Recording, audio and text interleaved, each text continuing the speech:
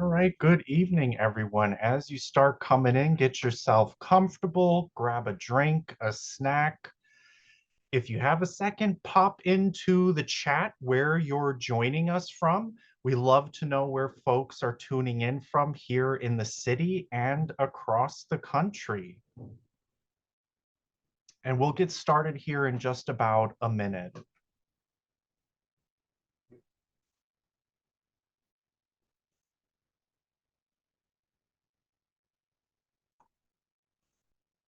Oh, we got someone from Forest Hills in Queens. Oh, we got someone from London, all the way from London. Upper East Side, 10th Street. So our audience is international tonight then. All right, welcome everyone. It is great to have you here this evening. This evening, our guest is Andrea C. Mosterman, and she's going to be talking about her book, Spaces of Enslavement, A History of Slavery and Resistance in Dutch New York. And this is part of Village Preservation's starting to recognize the 400th anniversary of Dutch settlement here in what becomes New York. My name is William Roca. I'm the Director of Programs at Village Preservation. And tonight's presentation is co-sponsored by the Merchants House Museum. So before I tell you a little bit about Village Preservation, if you're unfamiliar with us, I'll just tell you a little bit about the Merchants House Museum. It is a beautifully maintained 1832 townhouse. It is one of the best preserved homes from a merchant family, the Treadwell family in New York City. It is an absolutely amazing, great museum to visit. So I highly recommend that you do go and visit them. And I also hope that you would go to the Merchants House Museum website, learn about the other great programs that they do, and also consider signing their petition because right now they are in a bit of a precarious position as there is a scheduled development right next door to the museum that could cause significant damage to the museum structure itself. So please go and check out the Merchants House Museum website to see all the wonderful work. If you are in New York or you're visiting New York, I can't highly recommend enough to go visit the museum itself. Now, if you're unfamiliar with village preservation, we were founded in 1980, and we work to document, celebrate, and preserve the special architectural, cultural heritage of Greenwich Village, the East Village, and NoHo. We've helped get landmark designation for more than 1,250 buildings in our neighborhoods, and we host 75 plus free programs like this throughout the year.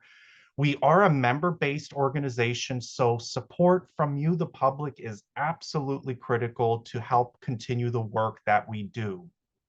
If you have a moment, please take your phone, scan that QR code that you see on your screen, go over to villagepreservation.org, check out the advocacy work that we do, the other great events that we have on offer. We also have wonderful free resources. Take a look at our virtual maps, learn about the history and amazing people of our neighborhood, put your own virtual walking tour together.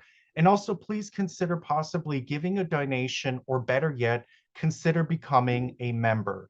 Members do get a early access to all programming, so first-hand programming registration, and we also do throughout the year members-only programs as well. And just to give you a bit of a highlight of some other programs that we have coming up here, next week, Milos Forman Tribute in partnership with Anthology Film Archive. This is going to be a wonderful screening of his film debut and a panel discussion with actors and writers from the film. And then we also have a virtual webinar the week after, Getting Past Yes, Disentangling the Relationship Between Housing Supply and Affordability. You can find out more and register for these programs at our website, villagepreservation.org. But now it is my great pleasure to introduce Andrea Mosterman. She's a professor of early American history at the University of New Orleans. She completed her PhD at Boston University, specializing in Atlantic and early American history. In her work, she explores the multifaceted dimensions of slavery, the slave trade, and cross-cultural contact in the Dutch Atlantic and early America, with special emphasis on early New York. She's had her work published in, among others, the Journal of African History and Early American Studies, and has curated the digital exhibit Slavery in New Netherland for the New Netherland Institute, which is fantastic. I highly recommend that you go visit their website and take a look at the exhibition. And the book that she's speaking on tonight, Spaces of Enslavement, won the 2020 Hendricks Award for Best Book-Length Manuscript related to New Netherland and the Dutch colonial experience. Andrea, it's absolutely wonderful to have you here, and I will hand it over to you. Well, thank you so much for having me. Thanks to Village Preservation and the Merchants House Museum for organizing, and thank you all for joining in. I am going to take a brief second to pull up my slides, and then I'll get started. Okay. So I will be speaking about my book, Spaces of Enslavement, A History of Slavery and Resistance in Dutch New York. And what I do in the book is that I've looked at the ways in which Dutch Americans used their control over certain spaces, in particular the house, the church, and the public space, to control enslaved people, and how enslaved people in return responded to that, also oftentimes in very spatial ways. And I think that this is especially useful in thinking about slavery in the context of New York, and I'll tell you why. I'll tell you why in a minute. Thinking about spaces and kind of doing this spatial analysis for me really started when I visited the Maison des Esclaves in Gorée Island, Senegal, just off of the coast of Dakar. I visited there in July of 2010. And when I did so, I had already been working on the history of slavery for a while. I was working on my dissertation at the time. I've read a lot of the literature, as well as a lot of primary sources. And even with all that, I was not prepared for the more like physical response that I had to being in this space. So the Maison des Esclaves is one of the many kind of remnants of the Atlantic slave trade, and slave people were held here and before they were transported to various parts of the Atlantic world. And entering some of those spaces, like I said, was a very emotional, but also physically like sickening experience in a way that really caught me by surprise. And it made me think about the importance of actually visiting the physical spaces and what stories we might be able to tell if we visit those spaces that are perhaps not really evident in the sources. It's very difficult writing a history of slavery, enslavement, experiences of enslaved peoples, because of the way that the archives work and the documents that were preserved, and the documents that historians have to rely on, which are usually documents produced by enslavers or institutions that promote or thrive because of slavery. And so to actually kind of get a more complicated and history, and a history that really talks more also about the experiences of enslaved people, can be very challenging to do so just from the historical record. And so this is where thinking about the spaces that people inhabited, where they worked, where they worshiped, helped me to tell this history of slavery in New York in a different way. And so when I returned from Gorée Island, I started to visit such spaces in New York. Now, thinking about these spaces in the context of New York, I think, is especially useful because of the way in which slavery in New York is oftentimes portrayed as somehow being more humane because of the way that people interacted in these spaces.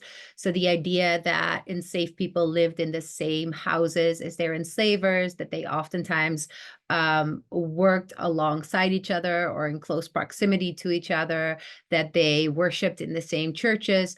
Oftentimes this has been kind of used in a narrative that portrayed slavery in New York as less violent.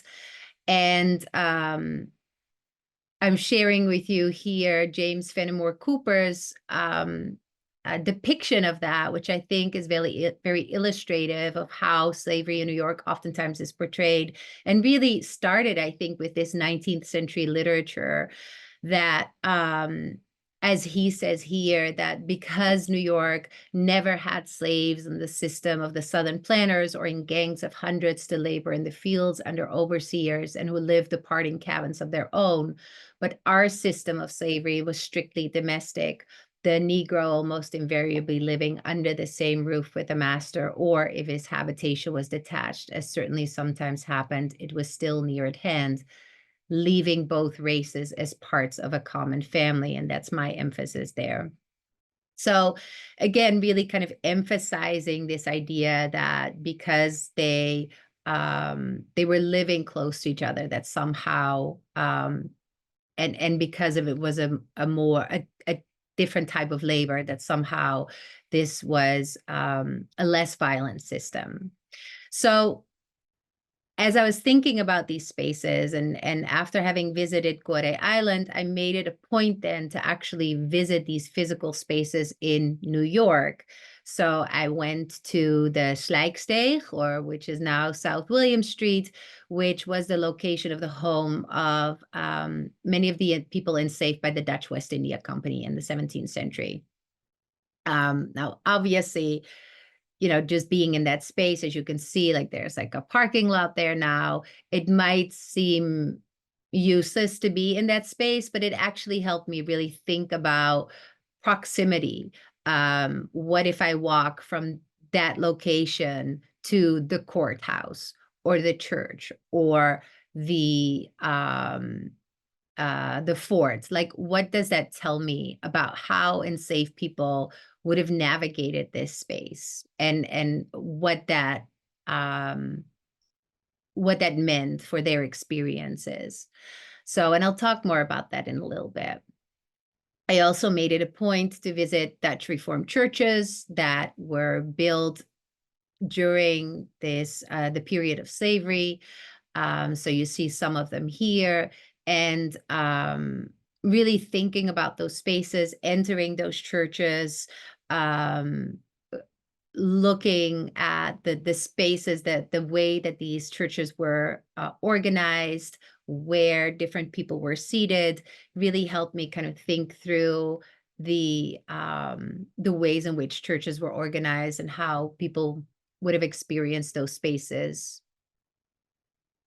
And similarly, I visited many of the historic homes in New York that were the homes of enslaved people, mostly in these spaces, living in garret spaces, attics, and cellars. And so I would make it a point also to visit not just like the main spaces of these homes, but also those areas where the enslaved people would have lived and worked. And finally, one of the things that I was very grateful for having the opportunity was participating in the Slave Dwelling Project, which was founded by Joe McGill. I had the opportunity to participate in a sleepover at the Stenton Hall, which is just outside of Philadelphia. So it's not in New York, but it is very much a similar type of architecture, this Georgian style architecture that we see with houses like, for example, the Timbrook Mansion in Albany, New York. and sleeping in that space. So that this is one of the things that the Slave Dwelling Project does, is that it brings people into these spaces of enslavement, and then you spend the night in those spaces, and you have conversations with people about this history, but also more current issues of racism. And you can see a picture here of us having that conversation in the garret space where some of the people enslaved at Stanton Hall likely were living. And that experience helped me really also think more about the soundscapes of these homes. So how would somebody have been able to move through these spaces without being noticed? Which really stood out to me because you could really hear somebody move on the floor below us at night. You could very clearly hear that in the space where I was sleeping in. And so it was a really, I think, important experience to kind of think further about these spaces and what stories they can tell us. So going back to my research then and thinking about these spaces of enslavement, I start the book in the 17th century during the era of Dutch colonization. And you can see here the Costello map, which I've put some of the locations that were important to the enslaved people. And one of them is the location that I showed you earlier, which of course is the residence of the enslaved people now on South William Street, the people enslaved by the Dutch West India Company. You can also see some of the other locations on this map. These were some of the taverns that these enslaved people frequented, especially number 3 right here, and number 7 is another one that comes up in the records as a place where they would gather. We see the courthouse or city hall right here, the church at Pedelstraat, and of course here was the fort. So thinking about this spatially helped me really see how enslaved people would have been able to navigate this city. And here it's important to think about, during this period, we see that enslaved men and women, and you see many of their names here, like Paulo Angola, Groot Manuel, Klein Manuel, Manuel de Gerrit de Reus, Simon Congo. All of these men were enslaved by the Dutch West India Company. And these particular men were actually able to get a conditional freedom, which is oftentimes referred to as half freedom. And they all were participating in the Dutch Reformed Church. They actually married in the church. They had their children baptized in the church. And so what oftentimes the conclusion people draw from this is that slavery during this Dutch colonial period was not, was a different type of slavery, and it was not as oppressive. I think what's more important is that there was no legislation that gave these people the right to go to the courts or marry in the church, but there was also nothing that kept them out of those spaces. And because of their close proximity to those spaces, they were able then to access them. So if they lived here, where you see number 1, it would have been very easy for them to go to City Hall or to go to the church. It really is just a few minutes walk. And it's, thinking about how small really New Amsterdam was, you can see it here on this map. I always find this astonishing that, this is an overlay of that map on current day Manhattan. And as you can see, it was much smaller at the time, right? So really, it was a very contained area where a lot of these places were located and where these people were living for decades. So they were able to use that close proximity to these various institutions and the absence of restrictions on accessing those spaces. They were able to use that to fight for property in the courts of New Amsterdam, to participate in the Dutch Reformed Church, and in some cases to actually successfully argue or petition for their freedom or conditional freedom. In many of these cases, it was conditional. And when I say conditional, like it varied per people, because there's several cases, but in this particular case, it was that their children would remain enslaved, that they would have to pay yearly dues to the Dutch West India Company, and that they would have to provide labor to the company if it required it. So those were the conditions, that as long as they did those things, then they would be able to live in some form of freedom.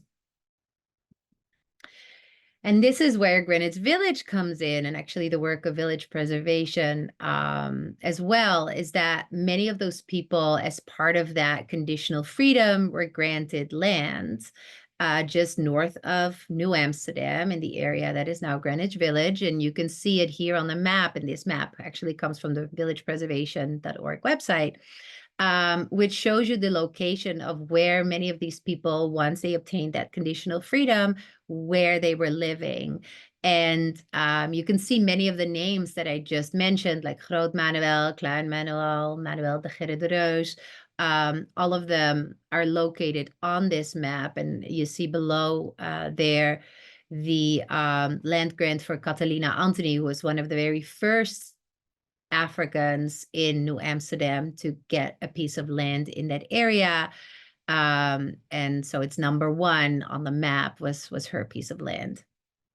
And so they were living in this area and really creating this free Black community in what eventually would become New York City.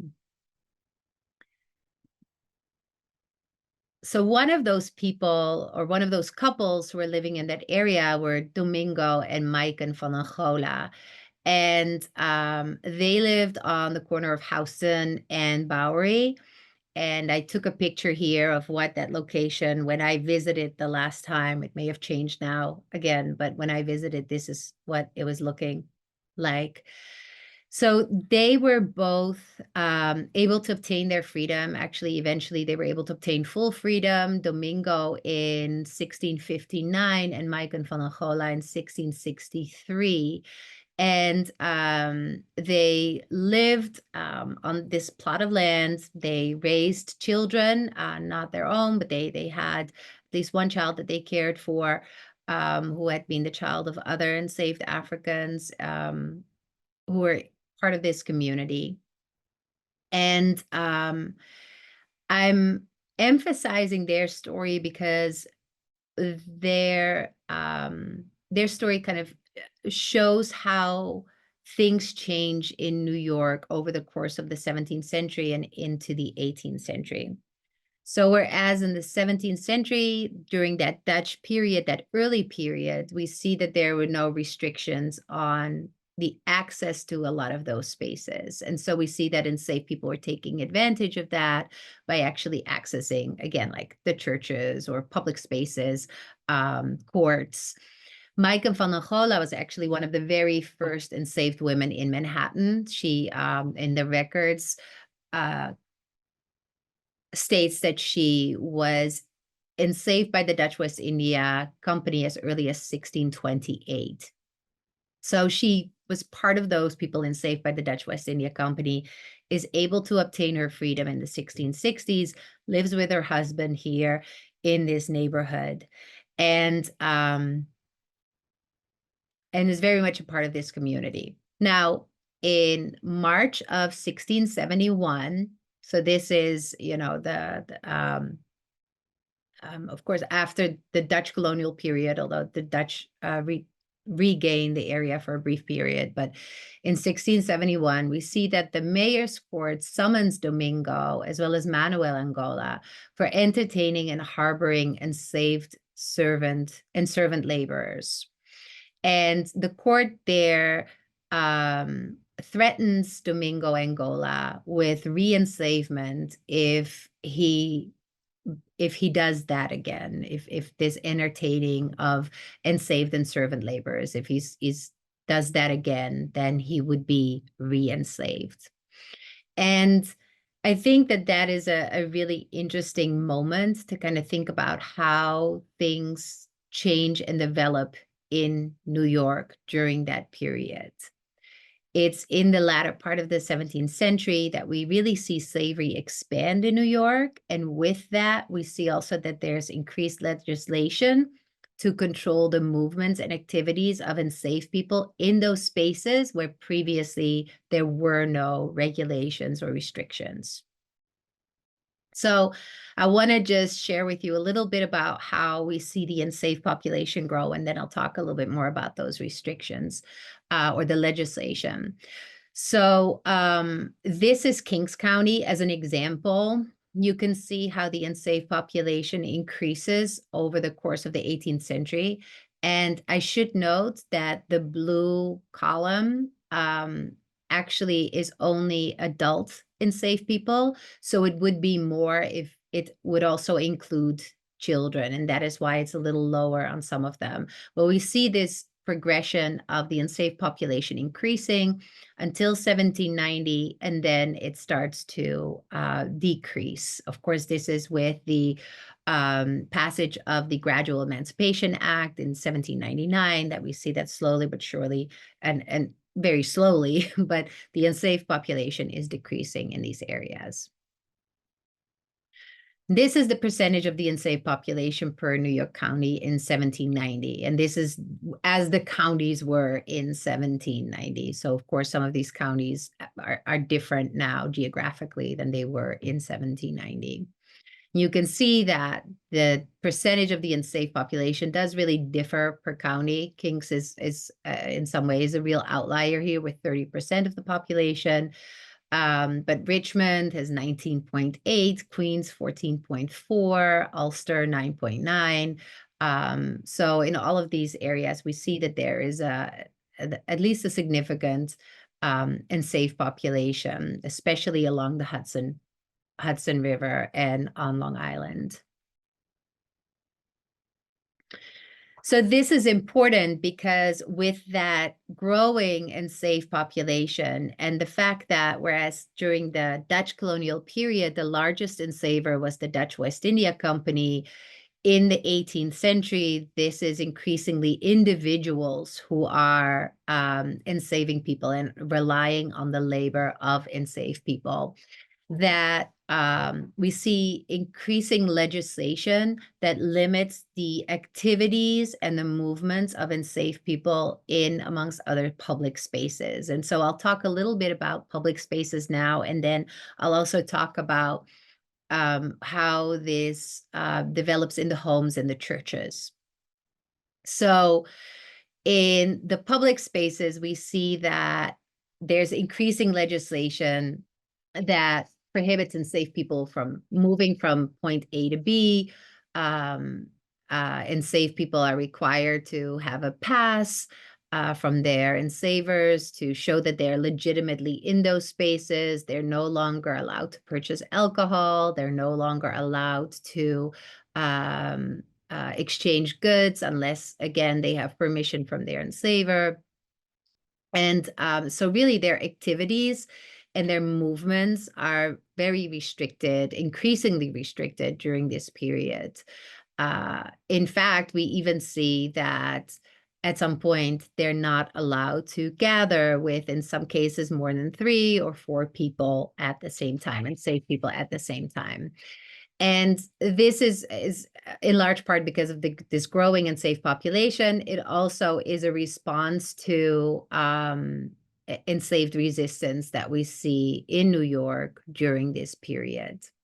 So patrols, watchmen, and pass systems were used to enforce that legislation in public spaces.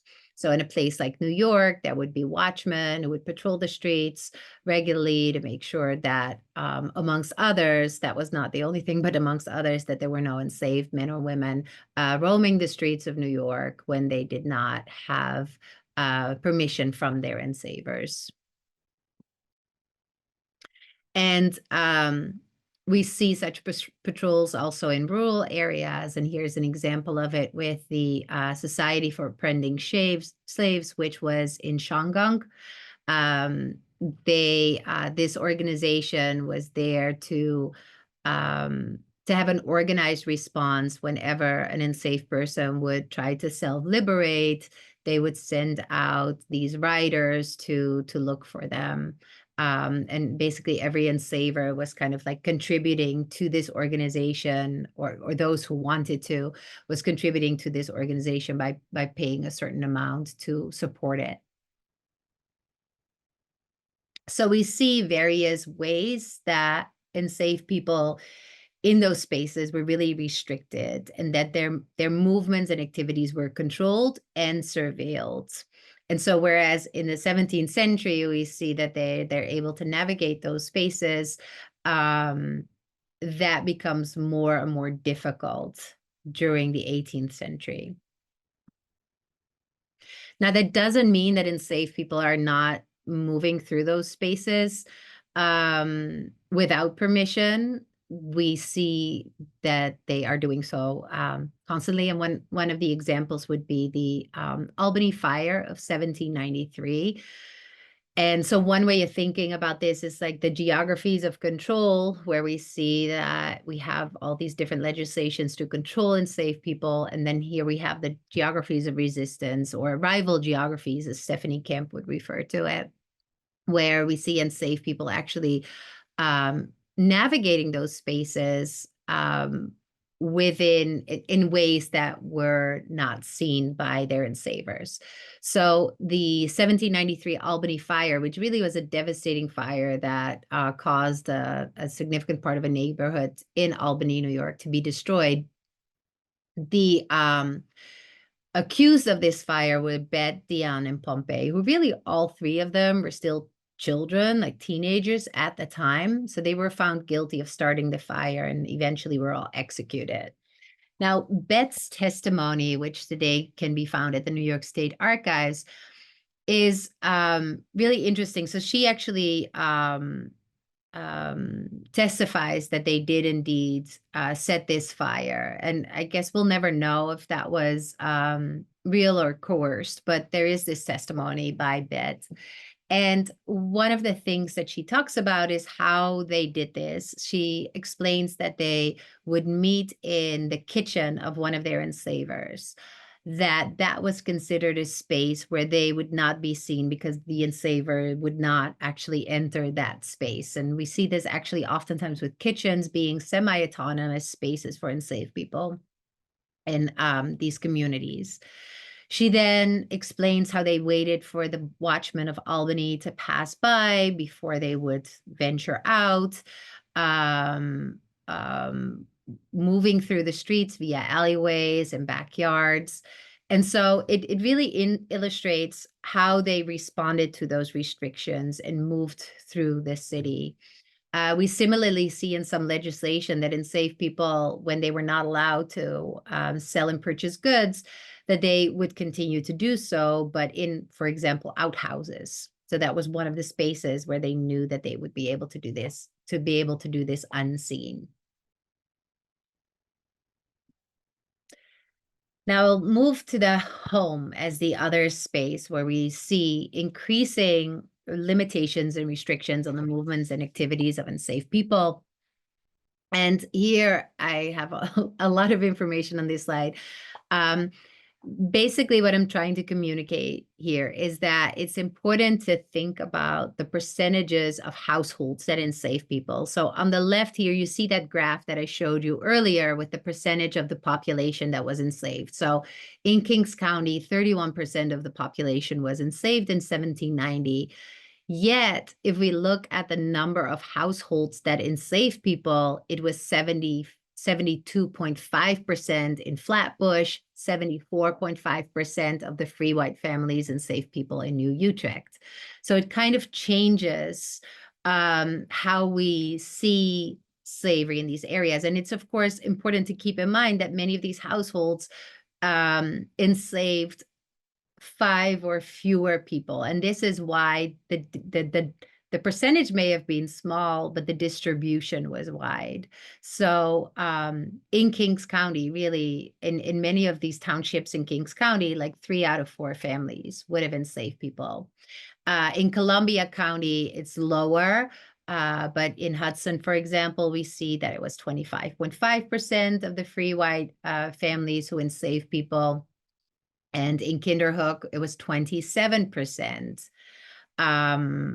If you look at Columbia County overall, 5.8% of the population was enslaved. But again, if you look at it on that household level, it changes the numbers. And similarly, in Dutchess County, we see that 23.7% of Rhinebeck and 19% of Poughkeepsie families enslaved people within their homes or on their estates.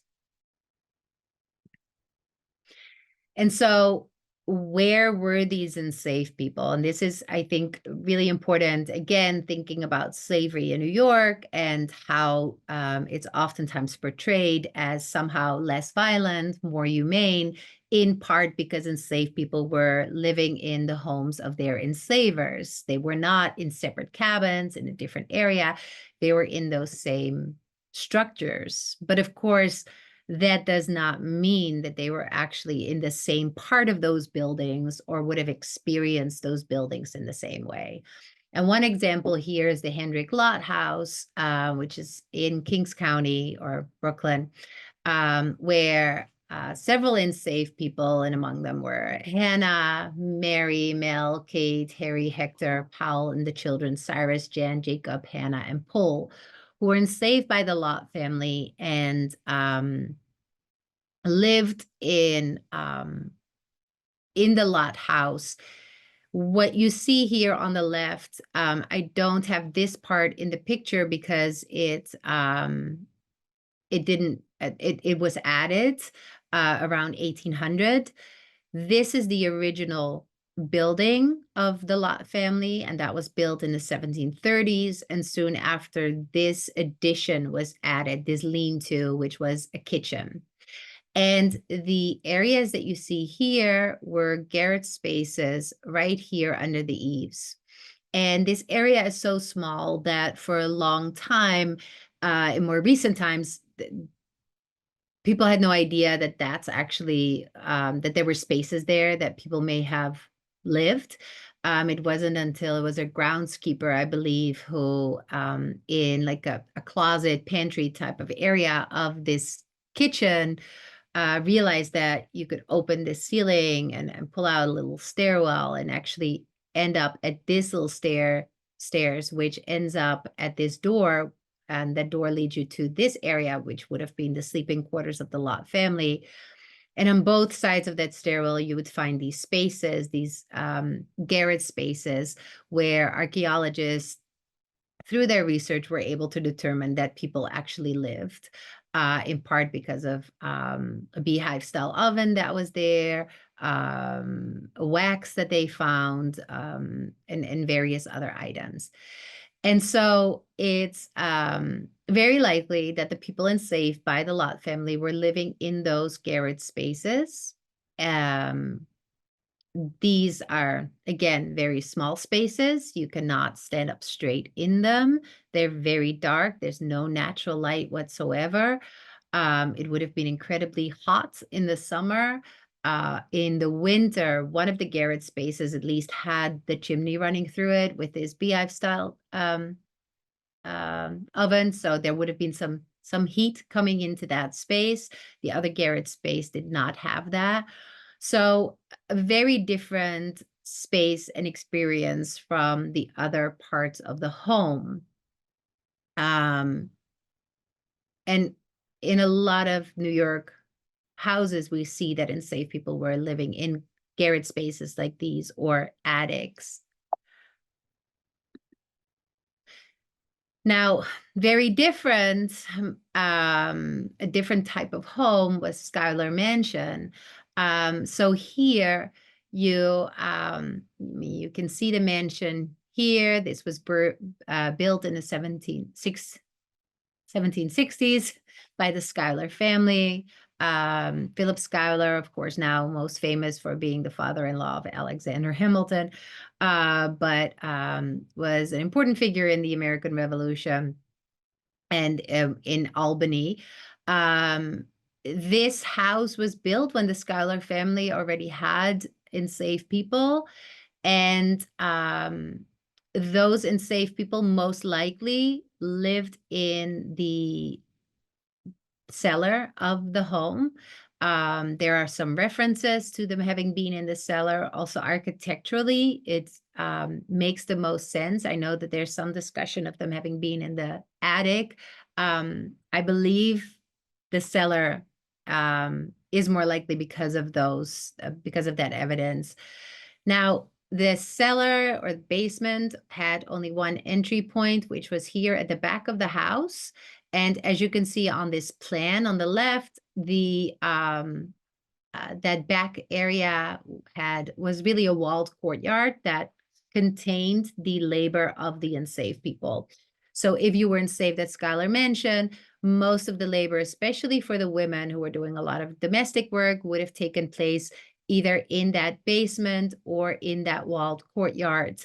And you can see here at the back of the home of Schuyler Mansion, there are these windows that would give the Schuyler family the opportunity to watch the people they enslaved in that courtyard at any given moment.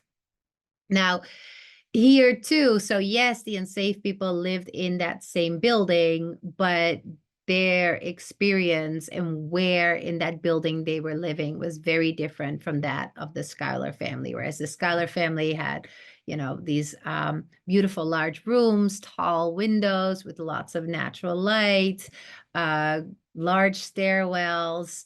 The back of the home and below the home were very different, and those were the areas where the enslaved people would have spent most of their time. So thinking about this, what those basements would have looked like, we don't know exactly what the Schuyler Mansion one looked at the time, but we do know from Sojourner Truth, her description of the basement or cellar where she was brought up in, with, as you can see here, her describing it as its only lights consisted of a few panes of glass through which she thinks the sun never shone, but with thrice reflected rays, and the space between the loose boards on the floor and the uneven earth below was often filled with mud and water. So again, like if you think about the physical space, it was nothing like where these Dutch Americans would have been spending most of their time. But it's important not only to think of the physical space, but also the emotional and social meaning of these spaces, like what homes symbolize. Really is oftentimes thinking about security, family, domesticity, safety. And that, of course, was not how many enslaved people would have experienced those spaces. I have here another part of Sojourner Truth's narrative in which she discusses the moment that her enslaver passes away. And this is, I think, really kind of showing how for enslaved people, those spaces, those homes in which they lived were not safe spaces. They were oftentimes not spaces of family. These were spaces of family separation, of forced labor, of violence, abuse. What the quote here, in which Sojourner Truth describes when her enslaver passed away. She was at the time still a child, and she lived with her parents and her brother in the home of their enslaver. And she had several siblings who, before that this moment, had already been sold off away from her family. So here she's narrating, and it's in third person because somebody else wrote it down for her. At the time, her name was still Isabella, and I'm going to read it to you because her words, I think, illustrate best what was happening in this moment. So she writes, after this event, and the event being the death of her enslaver, she was often surprised to find her mother in tears. And when, in her simplicity, she inquired, "Mama, what makes you cry?" she would answer, "Oh, my child, I'm thinking of your brothers and sisters that have been sold away from me." And she would proceed to detail many circumstances respecting them. But Isabella long since concluded that it was the impending fate of her only remaining children, which her mother bit too well understood even then, that called upon those memories from the past and made them crucify her heart afresh. So with this passage, truth is telling us that in this moment when their enslaver passes away, her mother knows that she will soon also lose Sojourner, who at the time was still known as Isabella, and her brother. And this does indeed happen. Isabella or Sojourner was at the time 8 years old. And soon after this, she was sold in an auction away from her parents, and so was her brother. And this was the reality of enslaved people in New York and in those spaces, that at any moment you could lose the people that you loved through sale. And sometimes these were as young as 1, 2 years old. And this is why we see many of these advertisements, right, of enslaved people who were fleeing those homes to be with their family. They were not with their family in those spaces. They were fleeing them to be with them. And you can see here an example of that with where a fan takes her 9-month-old child, Deanna, and through asking permission, once again, you need a pass to move through these spaces to see children who were in Schoharie County, is that how you say it? That she ran away from her enslaver. Her family was not close to her. Many of her children were living somewhere else. And this is, you see this in many of these advertisements, these notices in the papers, that people were fleeing the homes they were living in to be with the people they loved. So I'll briefly talk about the last space, the church. And here in the book, I call it Slavery and Social Power and the Dutch Reformed Church, because I look at the church more so as a social, a space of power and social status, more so than looking at really digging into the theology of the Dutch Reformed Church. And so one of the important things is that within the church also we see that enslaved people are increasingly, whereas in the 17th century enslaved people are participating in the Dutch Reformed Church, over the course of the 18th century this becomes more and more limited. And when enslaved people are allowed in the churches, they oftentimes are restricted to certain areas in the church, oftentimes back benches.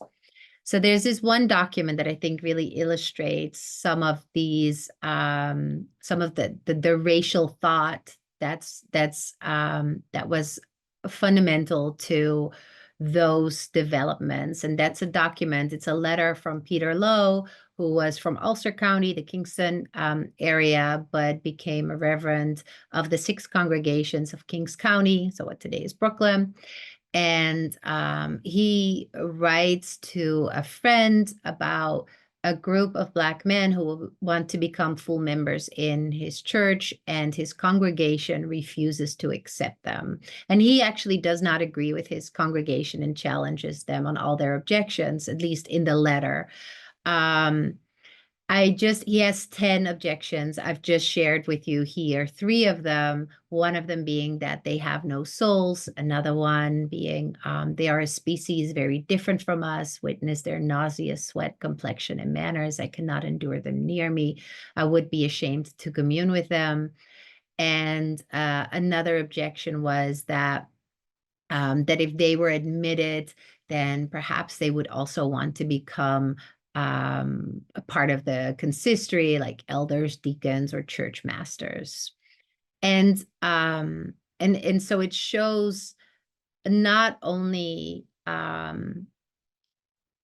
how they saw these people who were living in their homes, taking care of their children, working on their fields, cooking their food, right? How they saw them as really not humans. They had no souls. But it also shows this spatial part of it, like that they would not want to be in close proximity to them in this church setting, that they worried that if they would accept them within that church space, then they would challenge the hierarchies more generally. And so consequently, and we see this in many of the churches, so some churches do actually accept enslaved people in the church, many of them don't, like this particular one. When they did accept either free or enslaved Black people in the church, we continue to see these struggles over the space. Like I said, oftentimes these people would then be restricted to back benches in the back of the church, first floor and second floor. But there's always this tension there. And one example of that is at the First Church of Albany, where in 1815, and this is one example, there's several in those records, there was Daniel Winner who informed the treasury that he would pay for his pew only provided that the consistory would remove the Blacks from behind the pew, his pew, as was understood. So again, that close proximity of Black people within that church space was something that he was opposing. And so what that meant for Black people in these churches is that oftentimes they were really placed in these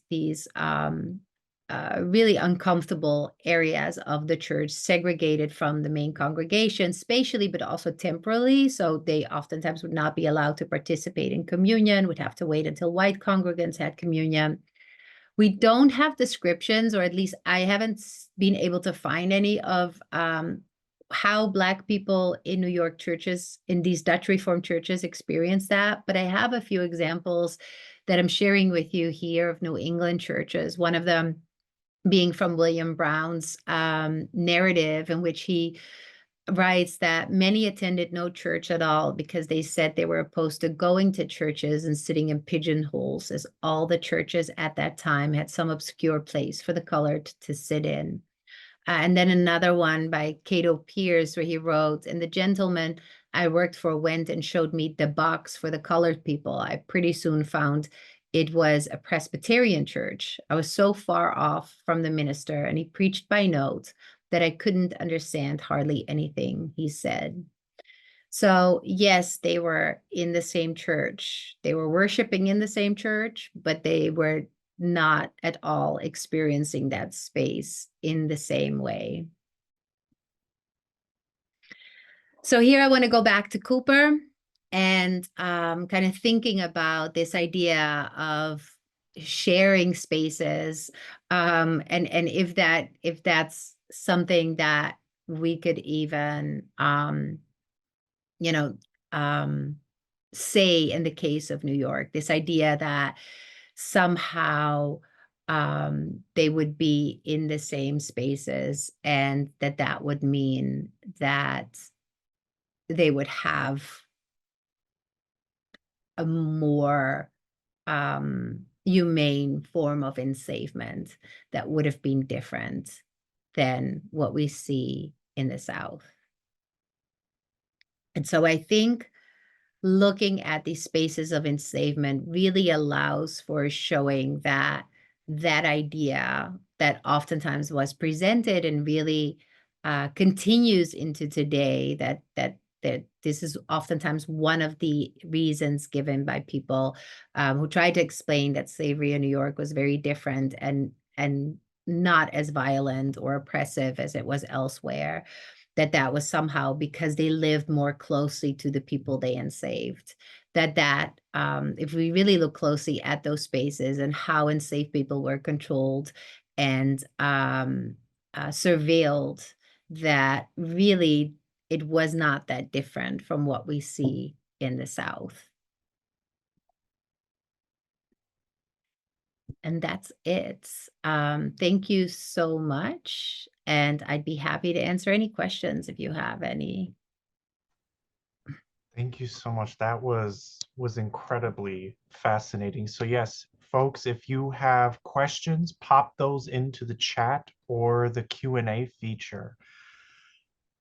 Now, I'll get started. This has been a really fascinating presentation.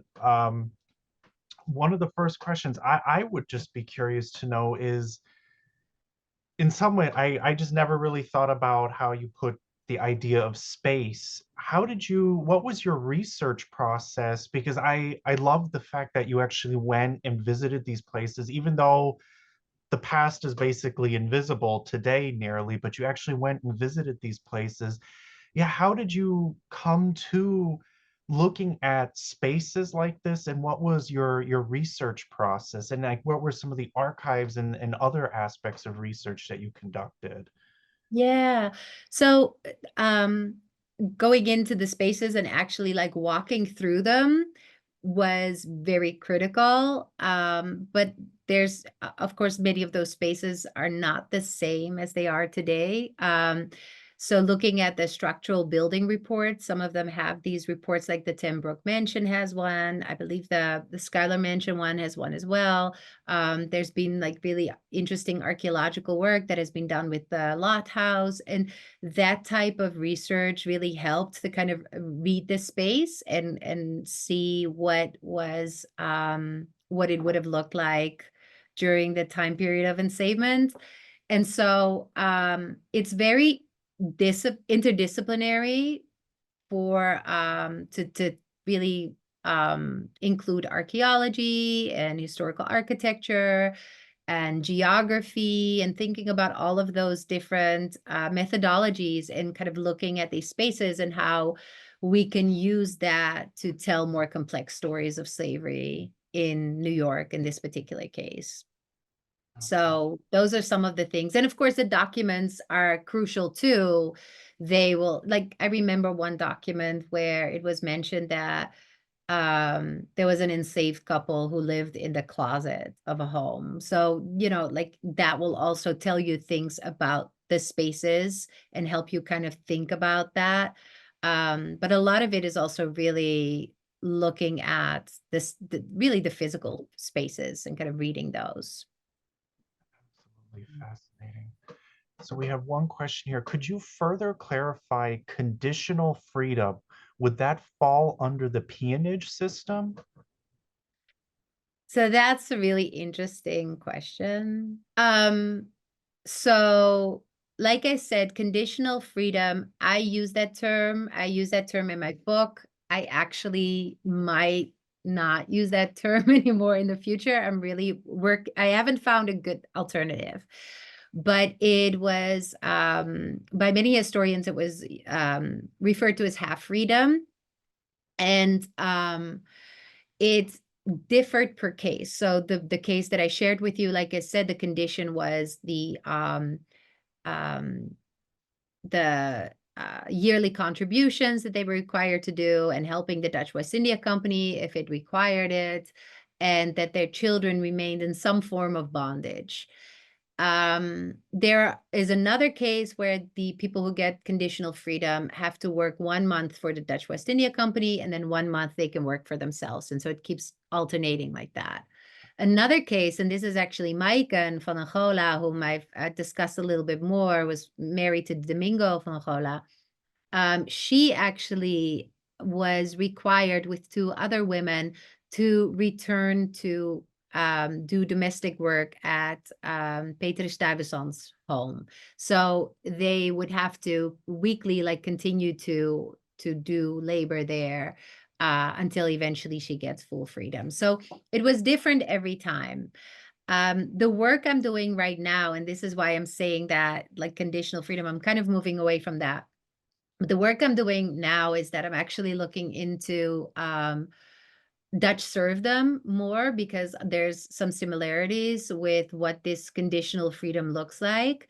And so this is where the peonage system question is interesting, because it there is I have reason to believe that it was informed by forms of Dutch serfdom, which still very much existed in parts of the Netherlands at the time. But that's work in progress. So I'll have to come back to that and give you more details once I have that completed. But that's an article I'm working on right now. So So another program there already to go, but yeah, always evolving history. Then we have another question. How did the system of slavery evolve from the Dutch going into to the English period? Hmm. Yeah, so that question is always it's a difficult one to answer in a way. It's not difficult, but it's complicated.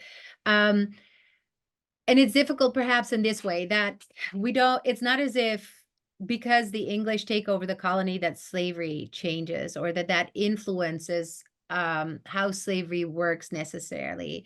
Um, in Virginia, we also see in the early part of the 17th century a system very similar to what is happening in New Netherland, where enslaved people are able to obtain their freedom, own property, use the courts. Over the course of the 17th century, slavery hardens and racializes in all of those areas. And we see that the numbers of enslaved people increases, enslaved African people increases in all of those areas. And so it just happens that as at that moment that slavery changes in the colonies, that is also the moment where it switches from Dutch control to English control. And so oftentimes people make that connection as in it's because it's now an English colony that it's expanding and hardens and becomes more racialized and more controlled through legislation and such. But in reality, it's more like a change over time that we see everywhere. And, you know, the Dutch in other colonies very much also develop slave codes and legislation that controls and surveils enslaved people. So it has nothing necessarily to do with the switch from Dutch to English. It has more so to do with how slavery changes over time and how it expands in all of those different areas. And then we have another question. Have you found any research in early farms in Manhattan, for example, Stuyvesant and Tompkins?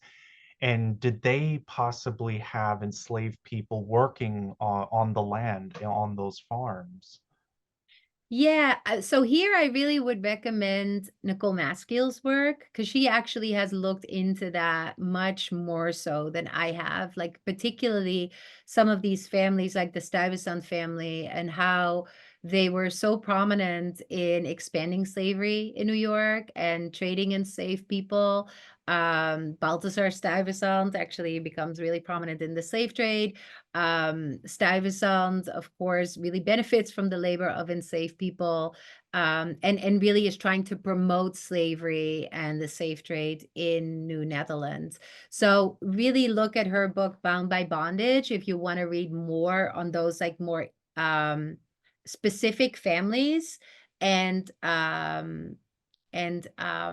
slavery and how you know like the how they relied on the labor of enslaved people and how that really also informed their this elite culture in some of these New York families because she does an amazing job of telling that story in ways that I really don't dive into in that, you know, in the same way. And then we have another question here. To what extent does your research explore how cemeteries and burial places fit into the broader landscape of enslavement? So I actually talk about burial grounds, cemeteries in the chapter of the church. Also, thinking about excluding free and enslaved Black people from many of these cemeteries and what that means, and how it's also an example of social power. And of course, how oftentimes enslaved people then are buried in spaces that are oftentimes considered unimportant land, like land that you can't really do anything else with, that is not marked in any way. Um, and so very different from how we see these cemeteries, where really the closer you are to the church, the more prominent the spot is also considered to be. So it's another example of thinking about the Dutch Reformed Church. And I think that this is really important to think about personally. I think that, the focus on theology is very useful, but being a member of the Dutch Reformed Church also really was an in into society. And enslaved people also knew that, and they would use their their Christianity or participation in the church, in some cases also to try to fight for their freedom. And so keeping them out of the church was a way of also keeping people out of opportunities to move at all socially. So it was a real power move in that sense. And that was the same with the cemeteries and the burial places. So I talk about it in that context, really within the same context of this, the church and social power. And we have here, so we have someone who asked, they've been doing a lot of genealogy on their family in upstate New York from the Revolutionary period onward. And in looking at the records in the Dutch Reformed Church of Stone, Arabia, she was surprised to see the number of enslaved that were listed as baptized and joining the church, and they were listed by name. Was this common during the Dutch for Dutch colonial churches, or specific to that specific church, which served not just Dutch but also the Palatine German community? I hope I asked the Mhm. question correctly. Yeah. So this is what's so interesting, and this is also why I think like it's important to think about it as well, let me rephrase that. So it does happen, but it's really kind of like church by church. So in the 17th century, we see it more often happening that free and enslaved Black people are in the church, participating in these Dutch Reformed churches in New York. And then again, over the course of the 18th century, we see that that's less and less common. And I suspect for similar reasons as we see expressed in that Low letter, where people are worried about, how that might mean that people are would challenge their slavery if they're considered equal within the church, like before God, then how can you justify enslaving them? And can would they be able to get certain positions in the church and such? But it really is a case by case. So there's nothing from top down from the Dutch Reformed Church, like the classes or the synod that actually says that Black people, whether free or enslaved, would not be allowed to become members or attend Dutch Reformed churches. So I think it's really more like a bottom up movement where in some communities they might be more open to accepting free and enslaved Black people in the church than in other communities. It also can depend on the reverend.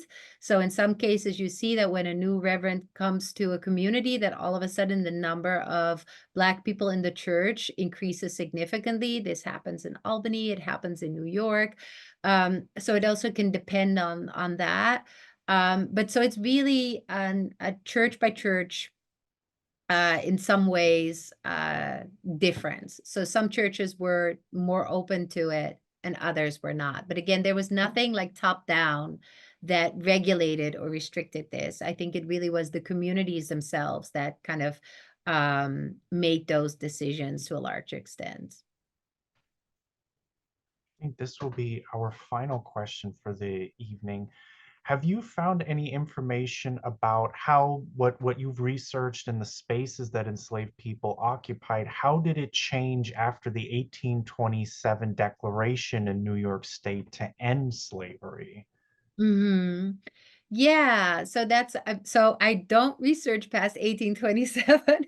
So I actually wouldn't be able to tell you because I haven't really looked into that. But I will say that more broadly, we know that, for example, the stairwells in the back of these homes that enslaved people were using. So whereas in the front of the house you see the gorgeous stairwells, like Schuyler Mansion is an example, but we see this in many of these homes. But then in the back, you have like the slave stairwells or servant stairwells. And that was the same at Stanton Hall that I showed you where I stayed. At the Dykeman Farmhouse, you can actually see a very similar stairwell when you go from the home into the kitchen. So we know that in the post like slavery era, we see a lot of servant, like it's oftentimes referred to as the servant stairwell. And we see that also in England in like the early modern period, where you have like these mansions where servants were working, that like architecturally, there were a lot of similarities in where they were located and how they would have moved through those spaces. So I suspect that that would have also been the case in New York. But again, I haven't actually researched that beyond 1827 because I figured 2 centuries was enough time to cover. So I had to cut it off somewhere. So yeah, but it's a great question. And I think there's a lot of work that probably people actually have worked on that, but there, there's probably space for more. It's really interesting. So yeah. Oh, well, thank you so much for this incredibly informative presentation. Absolutely fascinating history. Everyone, we'll be sending a follow-up email and we'll include the links to purchase Professor Mosterman's book in that email to the New Netherland Institute exhibition that she did for them. So we'll include all those links there so you can go even more in depth and go out and get the book and read even more about this fascinating history. But thank you so much, everyone, for joining tonight. Andrea, again, a really big thank you for putting this wonderful presentation together. We very much all appreciate it. Thank you so much. Thank you for having me. It was really great. I appreciate it. Have a great evening, everyone. Take care. Thank you.